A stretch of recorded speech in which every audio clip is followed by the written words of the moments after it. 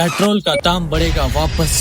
पहले ही महंगाई थी, अभी और आगे बढ़ने वाली है महंगाई। झगड़ा किसी का ही हो रहा, नुकसान किसी का ही हो रहा है। जैसा ही हो रहा है अभी हमारे साथ रूस और अमेरिका का युद्ध चल रहा है, इसमें नुकसान हो रहा है मोटा भाई का और हमारा। यूएस में रसिया के 2 ऑयल एक्सपोर्टर है, रोजनेफ्ट और लुकोइल। इस पे लगा दिया सरकार ने सेक्शन, और ये भी कह दिया कि इनसे जो व्यापार करेगा उन पर भी लगा दिया जाएगा भैया सेक्शन। आज की तारीख में अगर देखा जाए तो इंडिया का जो टोटल ऑयल है उसका 20% रसिया से इम्पोर्ट कर रहा है। रिलायंस के आधे से ज्यादा जो बैरल आ रहे हैं वो इन दोनों कंपनियों से आ रहे हैं। अगर सैमसंग के बाद रिलायंस को अगर इन दोनों कंपनियों से डील करना बंद करना पड़ा तो उनकी कॉस्ट बढ़ जाएगी 10 से 12% तक, और इनको होगा 4 से 5 हजार तक का सीधा नुकसान। दूसरी एक और कंपनी है नायरा एनर्जी, इसकी तो लंका लगी पड़ी हुई है, क्योंकि उसका तो 100% लेना देना उन दोनों कंपनियों से ही है। और जो रोजनेफ्ट कंपनी है वो की 50% ओनर भी है, और प्लस स्टेट रंग कंपनियां जितनी भी है, IOC, BPCL, SPCL, ठकाने की वाली बात है कि इनकी भी कॉस्टिंग बढ़ जाएगी कुल।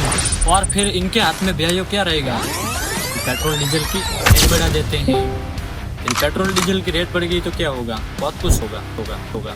एक्सपोर्ट्स महंगा, सब कुछ महंगा, फिर आ गई ना महंगाई। आधी महंगाई तो यहाँ से ही आ जाती है। फिर नुकसान किसका होगा, हमारा, आपका और तुम्हारा।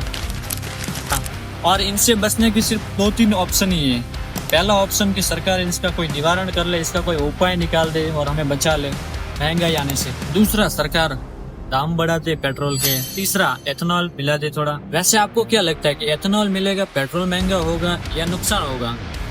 मैं कोई ज्ञानी बाबा तो नहीं हूँ, लेकिन ऐसा बता सकता हूँ कि पेट्रोल तो महंगा नहीं होगा, एथेनॉल ही मिलेगा हमें। अभी इतनी सारी खबर मैंने दे ही दी है तो भाई सब्सक्राइब तो बनता है यार, ठोक दो सब्सक्राइब के बटन।